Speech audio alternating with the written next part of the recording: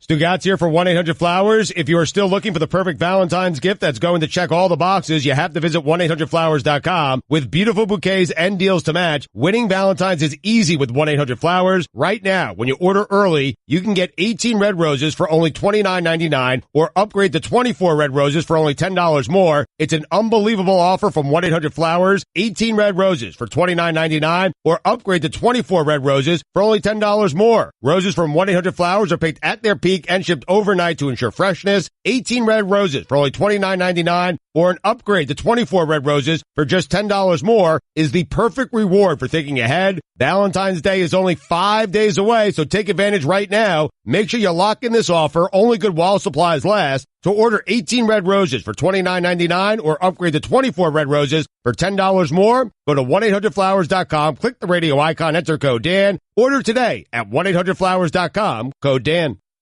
Hello, I'd like to deposit this to checking. Fate is a fickle master. What? The future is uncertain. Okay, and what's my account balance? The horizon is cloudy. I see a long, treacherous voyage filled with great peril. Look, can I just get a deposit slip or something? A fortune bank teller. Surprising. What's not surprising? How much you could save by switching to Geico. I see a yellow-eyed serpent and a low APR. Geico. 15 minutes could save you 15% or more. Don Le Batard. I feel terrible.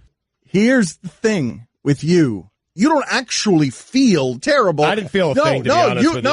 I don't really care. I know. You announcing I feel terrible is just your way to move on to the next terrible thing you're going to do. Stugatz. They're just words, and words mean nothing to you. They don't mean nothing. His words mean nothing. Words are just transitions to your next lie. That's so right. They're not words. They are bridges to lies. This is the Dan Le Batard Show with the Stugatz on ESPN Radio. Stugatz and I were giggling during the break because, and we're going to make fun of Allison in a second, because people have explained this parade to us or what this costume was, and Allison evidently knew the entire time and never said anything. We'll get to that in a second. Yep. But Stugatz and I were laughing during the break because Jason Kelce, dressed that way and behaving in that manner, could have thrown up both fists and just yelled. Stugatz was saying this during the break, just yelled in the microphone. This Super Bowl was powered by steroids. Yeah! And everybody would have been like, yeah, who cares? It doesn't matter because you won and you're having fun and we love you and you were the best. And we're drunk. And where everyone's drunk and Doug Peterson is in the background nodding in agreement. Mike, honestly, if they step up and that's the announcement they give and nothing else, do you think the 3 million people cheer? No. It can't be that and nothing else. It has to be, no, Stugatz. All right, that's just a part of it. Stugatz. Okay, that's just a part of it. You ruined it. No, I didn't. We're a bunch of underdogs. And you know what underdogs is? It's a hungry dog. And Jeff Stoutland has had this in our building for 5 years. It's a quote in the O-line room that has stood on the wall for the last 5 years. Hungry dogs run faster. And that's this team. Bottom line is, we wanted it more. All the players, all the coaches, the front office, Jeffrey Lurie, everybody wanted it more. All right. Settle down, Kelce. No. There's plenty of it. I like his brother better. Jason Peters was told he was too old. Didn't have it anymore. Before he got hurt, he was the best freaking tackle in the NFL. Stephen Wisniewski ain't good enough. Jason Kelce's too small. Lane Johnson can't lay off the juice. Brandon Brooks has anxiety. Nick Foles don't got it. It's the whole team. Lane Johnson can't lay off the juice. It's such a great sentence. You want to talk about underdog? You want to talk about a hungry dog? For 52 years, you've been starved in this championship. Everybody wonders why we're so mean. Everybody wonders why the Philadelphia Eagles aren't the nicest fans. If I don't eat breakfast, I'm off.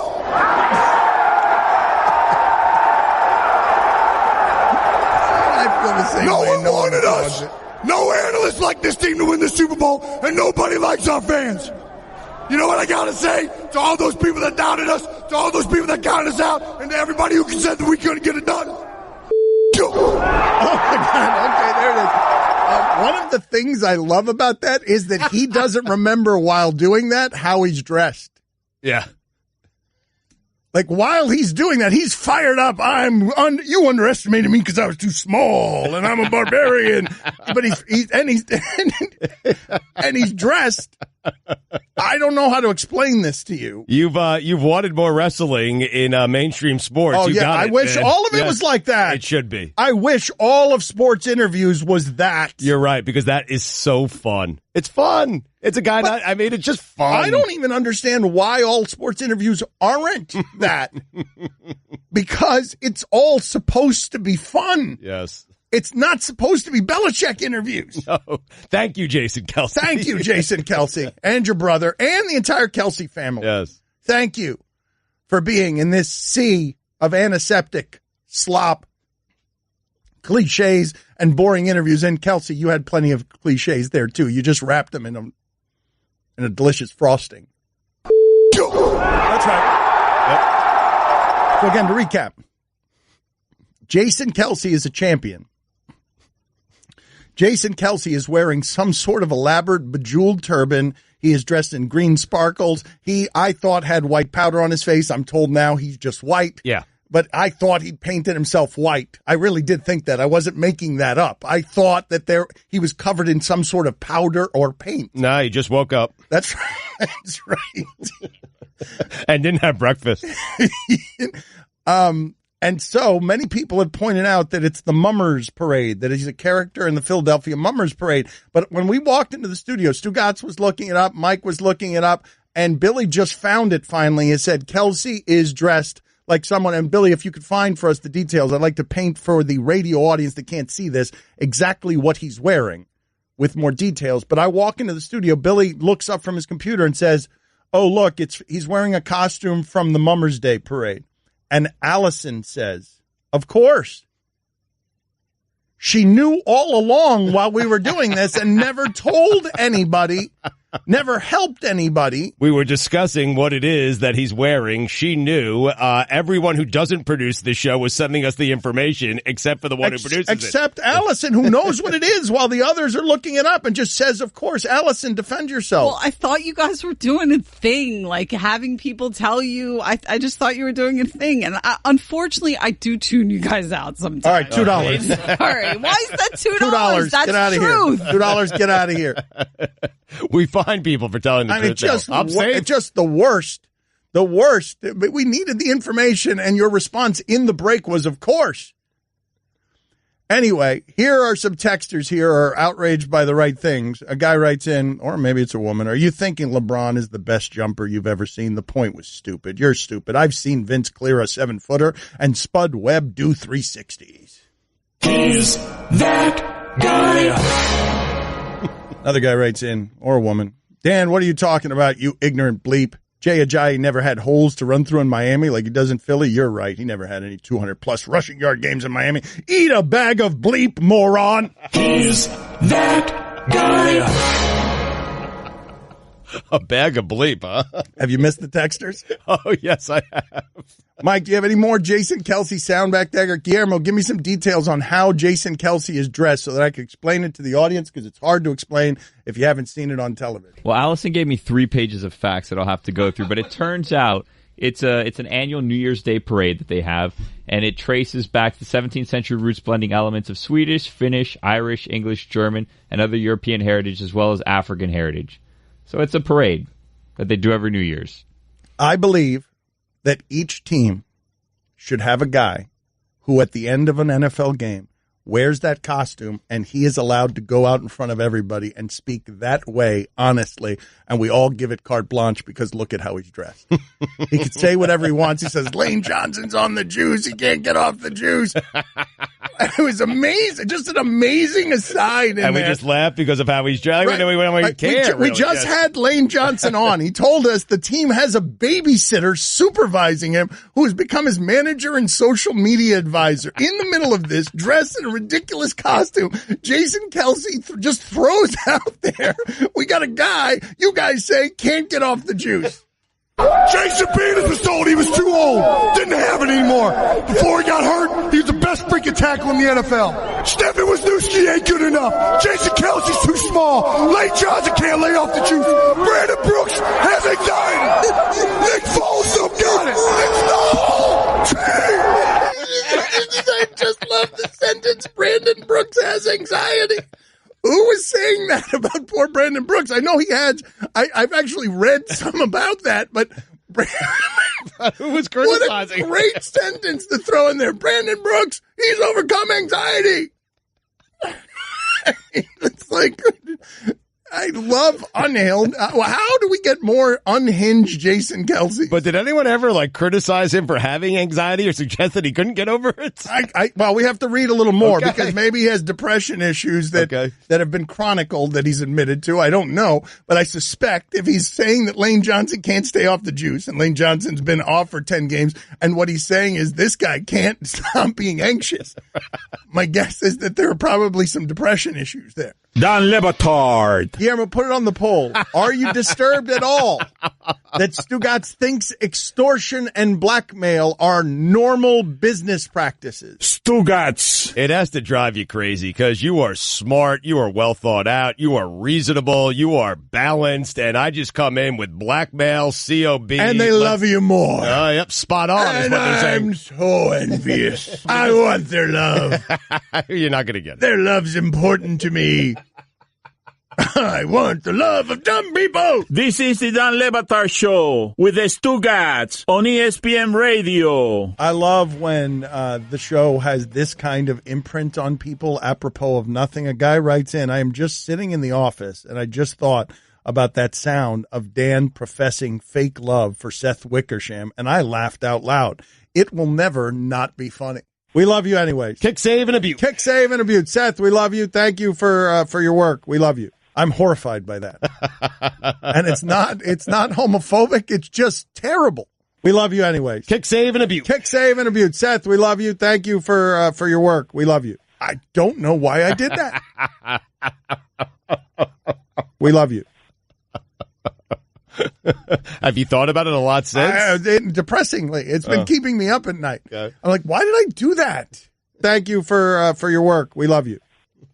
But I do think it's because we didn't know the rules on the Rooney Rule, and well, maybe it's because I do love him. So we love you. Thank you for your work. We love you. I'm still sorting through it. That thing didn't end for me, Mike. Was McShay texting you for hours upon hours after the show? Yeah, I think he started getting validation from NFL insiders. For knowing the Rooney Rule? Yeah. All right, if you weren't listening, let me explain this to the audience. Okay, we spent a whole show getting wrong somehow that Bob Kraft and Belichick, when they sit down with Josh McDaniels and convince him to not go to Indianapolis, we spent a whole show trying to figure out what the facts were around. Does that violate the Rooney Rule, which means basically, condensed version, you have to interview minority candidates before you give away an executive position. And it should be something we simply know. But we didn't, and Todd McShay corrected us, and then Adam Schefter corrected him to Rich Eisen. There was a bartender in there somewhere. Lorenzo the bartender told us that, according to Lorenzo the bartender. And so we really got lost in the woods on that one. And I was getting texts well into the evening from Todd McShay. Well, he took a victory lap for knowing the Rooney Rule? And the last text I got from McShay on that day was at 8:47. 8:47 So this PM. was his obsession. McShay knows that I don't like his business, right? McShay can feel that. He assumes you hate him. I don't hate him. I don't love what he does for a living. I love McShay, and he loves this show, I'm telling you. Mike and I have grown to love Todd McShay. I've always loved McShay. But he sent me, Mike, did he send you this? The entire statement from the Fritz Pollard Alliance. Yes, he did. Via text. Yeah. Okay. Guillermo, can you put this on the poll? Again, this is not about Todd McShay. I don't have any bad feelings toward Todd McShay, but what he represents. There I have my quibbles. And I will say this, Guillermo, and I don't mean to rip an ESPN colleague because, again, Todd McShay does very professional work. Oh, he's great. But, Guillermo, put it on the poll. Is Todd McShay in charge of the dark sciences? Because just him and Kuiper, I think it's a little bit of an occult that's being allowed to run free at ESPN and ought to be extinguished because it's got Santeria properties. The whole thing is something that makes me uncomfortable as a religious experience, and that ESPN is endorsing the dark arts. Don Lebatard. I had a dream last night about the show that Stu Gatz was filling in for Joe Buck on his podcast, and Allison called me to tell me what a great job Stu Gatz did. And I realized this is a dream because Allison would never praise Stu Gatz. Stu Gatz would never fill in for Joe Buck's podcast that may or may not even exist. And if I did, it wouldn't be good. Factually, a lot of factual errors in your dream. What a weird dream. Yeah. Stu Gatz. So that's the height of your fantasies, Guillermo. Well, maybe it was a nightmare. I don't know. It happened when I was asleep. Thank you, Guillermo. That's how dreams work. Yep. This is the Dan Le Batard Show with the Stu Gatz on ESPN Radio. One of the things, Stugatz, that I'm always interested in basketball, right, is if I give a guy more opportunity, what is he going to look like? Kobe got to play a brand of basketball that a lot of guys in the league would like to be playing. Yes. So if I take John Wall off of the Wizards and all of a sudden I give Bradley Beal more of an opportunity, what does that look like? If I take Bradley Beal and I make him the head of last year's Celtics, what does that look like? And all of a sudden, am I talking about Bradley Beal as an MVP candidate if he's getting the opportunities that Isaiah Thomas did? And so, because I find part of that confusing, I feel like in real time, this is an amazing thing to say. Mm-hmm. The Boston Celtics turned Isaiah Thomas into Kyrie Irving. I can't think of management getting a lot better than that, where you're able to make something out of Isaiah Thomas that I've never felt him to be. He feels like a max player. You turn him into value that then turns into Kyrie Irving. That's a magic trick. It is. Because Isaiah Thomas was never that good before he got to the Celtics. He never had anything in the way of value. Right. He got an opportunity with the Celtics, and that opportunity was something that they parlayed into Kyrie Irving. I understand. You're right, but don't discount the pick, because the pick, like, it's not like they did Kyrie straight up for Isaiah Thomas. The pick is what made that trade happen. When they traded Isaiah Thomas, though, they were trading something that people felt like that has value. And it's really something. A scorer in the NBA, Dan, scorer in the NBA who, if I give him all the shots, a lot of guys are going to do what Isaiah Thomas did in that Brad Stevens system, where they had a lot of very limited offensive players. You had Marcus Smarts and Crowder, all of them very limited. I put any scorer on that team, and I think the Celtics turn him into Isaiah Thomas. I guess to your point, I remember thinking and saying at the time that the Cavaliers, wow, that was a great deal for them. They got the Nets pick, and they got the guy I just saw score 28 a game last year and take his team to the Eastern Conference Finals. That's a good trade. Stugatz, though, one of the things that I find fascinating about how far ahead Golden State is on everybody is that you guys don't understand. What LeBron and Kyrie Irving did during the finals last year is something no duo has ever done and lost that way. Like, if Kyrie and LeBron play like they did, if I show you those stat sheets at any time in the history of time, right, those stat sheets win finals. Just LeBron and Kyrie, what they were doing. And now you've eliminated Kyrie. And I don't care how many Rodney Hoods you throw into the equations. You haven't replaced Kyrie. No. And so now you're going against Golden State really weakened. Yep. He knows that, but they made this year's roster better. No question about it. I know, but agreed. Right. But what I'm saying is that right. Kyrie has, what Kyrie has done by forcing his way out to Boston is he has submarined LeBron's last season plans. LeBron's doing the best he can under the circumstance, but it's a panic settled plan that Kyrie knows doesn't make them as good as they were when Kyrie was there. Right. No, that's a good point. If Kyrie stays, they win a championship, though. Isn't it hard for LeBron to leave? Or maybe he doesn't want to leave, if that's the case. If he stays in Cleveland. Well, but you said he submarined all the... No, but he submarined LeBron's plans on this season, not his future plans. All right. Just on this season. Yeah. And it's a gangster move. Nobody's ever done it to LeBron. LeBron does it to franchises. And LeBron is still reeling from it. So for all of the celebration of last year's yesterday, what happened yesterday and the trade deadline, for all of that, you realize Cleveland is just as a franchise backpedaling from what Kyrie did to them. 100%. They got bilked. They got bilked on the deal. Now they basically, what they get for Crowder? They got Hood for Crowder. So you've trading Crowder and Isaiah Thomas, you've now basically traded Kyrie Irving for Nance, for Crawford, and for Hood. And a pick. It's a terrible trade. It's a terrible trade. It is, unless that pick turns out to be someone that's better than Kyrie Irving, which I doubt. But it's a bad trade. It is. It's a trade I thought was good at the time, but it is a bad trade. And so you just end up in one of these situations where LeBron James is headed into the playoffs with no matter what the team is, it's going to be weaker than anything you've seen from him, or it was about to be weaker than anything you'd seen from them, and now they nuked it. Right. And now it's going to be Kyrie-less as well. It's still the weakest since pre-Heat, right? It's still the weakest team he's got into the postseason with since before Miami. Well, by virtue of him being in his prime, though, if I put LeBron on Sacramento, they're going to win the East. It's hard to keep track. They're in the West. That's a fun.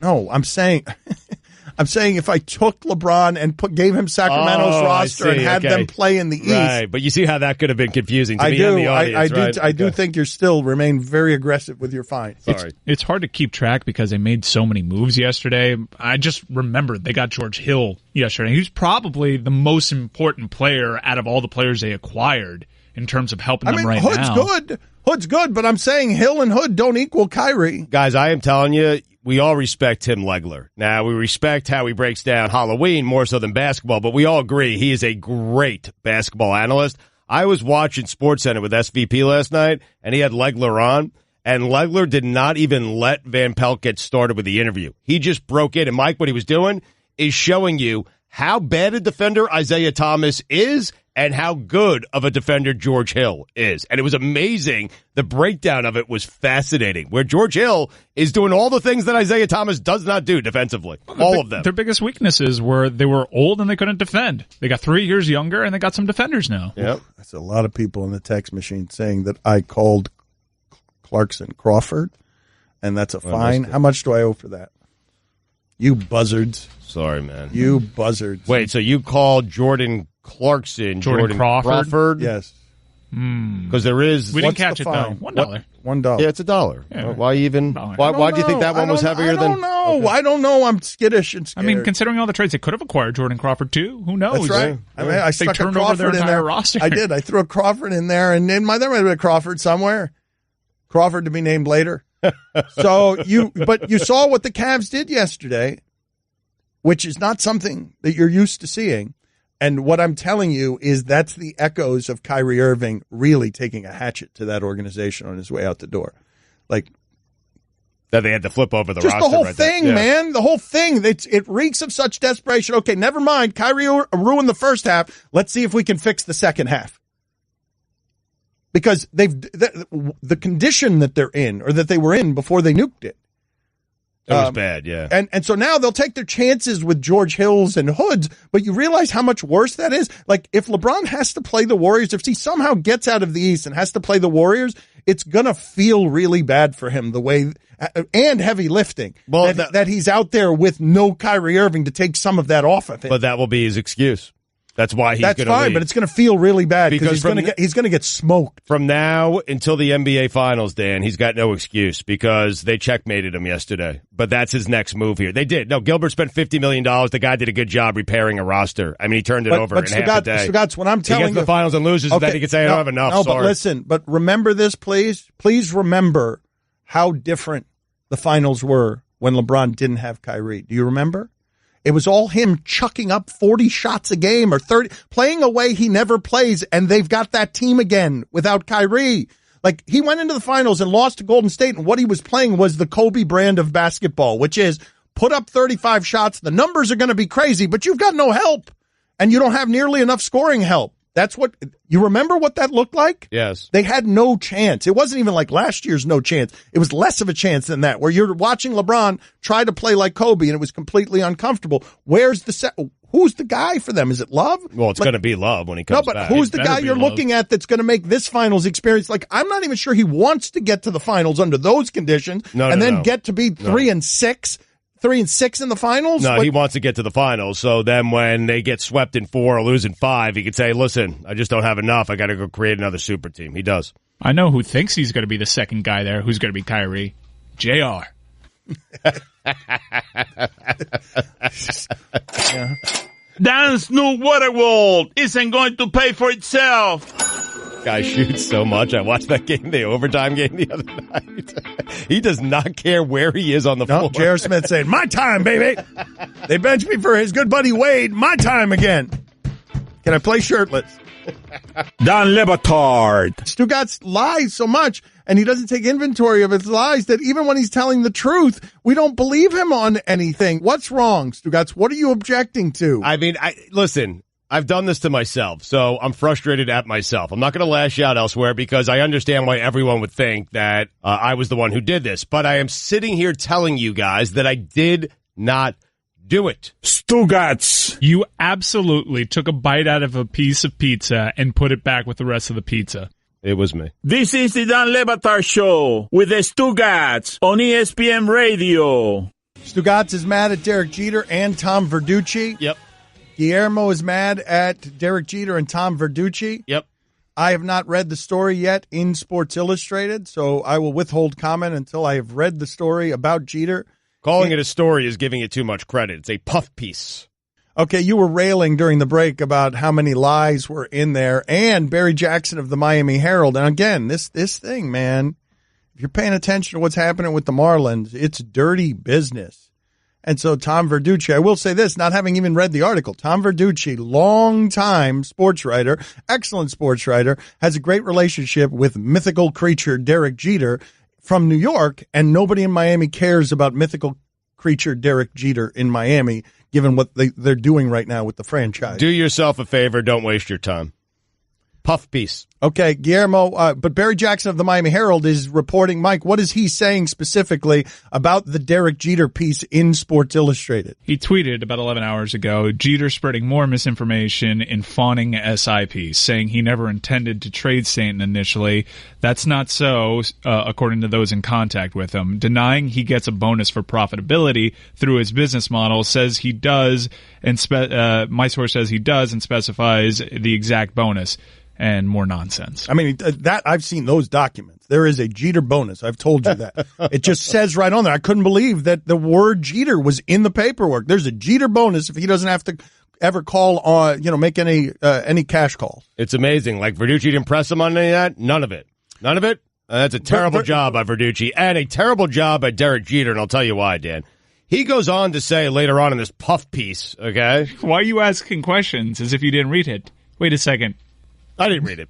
And so, okay, but can we wait until you've read it before we get all of your there's opinions? No way on the matter? Verducci pressed him on any of this. Are you kidding me? That's why it's called a puff piece. Stugats, I know that you've dismissed it as a puff piece that, by your own admission, you have not yet read. Puffy. Puff. It's puffy, Dan. I've read enough, okay? Wait a minute. I've read all I need to read, which is none of it, to tell you that it's a puff piece by Tom Verducci. Okay. And then Jeter to go on and say that if they added a pitcher or two, they still would not have competed in the National League is just ludicrous. That was the best outfield in baseball. You keep them together with D. Gordon and you add Jake Arrieta and Yu Darvish, and you got a team that can compete in the National League. I'm sorry. Verducci asked him by name, what if you would have added Yu Darvish and Jake Arrieta? He's like, we still would have lost. Team still would be losing. And what Verducci say, okay? Okay. Then we moved on. We moved on to the next topic. Sure. So I guess he did press him because he named pitchers. Well, that was really the only thing. There's other things in there, Dan. Like, there's in there, he went and he consulted Michael Jordan on how to run a team, as if that's going so well. That's the person we want to talk about how to run a team. Please, Derek He's Jeter. got Dwight Howard. The whole concept of this article is, guys, Derek Jeter's a winner. He's always had the will to win. He knows what it takes to win. Trust him, he'll win in Miami. Which is ridiculous. He was a shortstop. That part is weird. They think that that's going to buy them something here, and that part is unusual. In Derek Jeter's defense, I understand they're tanking for the moment, and that's the plan, to get good. The plan is to eventually get good. He's not just going to tank the entire time. That goes against everything I know about Derek the plan Jeter. is to eventually get good, preferably on the cheap. But the issue to me isn't whether or not they could succeed by tanking or whether the Astros or the Cubs have succeeded by tanking. It's baseball allowing the tanking, and if it doesn't result in winning, being again okay with losing the customers and cutting the payroll. Even as they get $150 million. The Marlins get $150 million in baseball revenue sharing money before we've even started the season. It's amazing. Like they just get $150 million off the bat. So, but before we get too deep into that though, I want to celebrate another Miami story with one of our greatest sounds in our archives. Dwayne Wade has returned to the Miami Heat, and I want to put these up against each other, Jason Kelce. The Jason Kelce sound, Guillermo, and this sound. Which one's better This is after the championship parade in 2006. Dwayne Wade is making his way to the stage, and a city council person clearly doesn't know his correct name. He's calm, collected, has a will to win because his name, of course, is Wade Jones. That's a fine. That is a fine for her. Wade Jones. Who that is. I mean, I'd prefer Dwayne Wade's. I'd prefer on one of those nickname nights, instead of doing the nicknames that they put on the back of Wade's jersey, Wade Jones, who that is.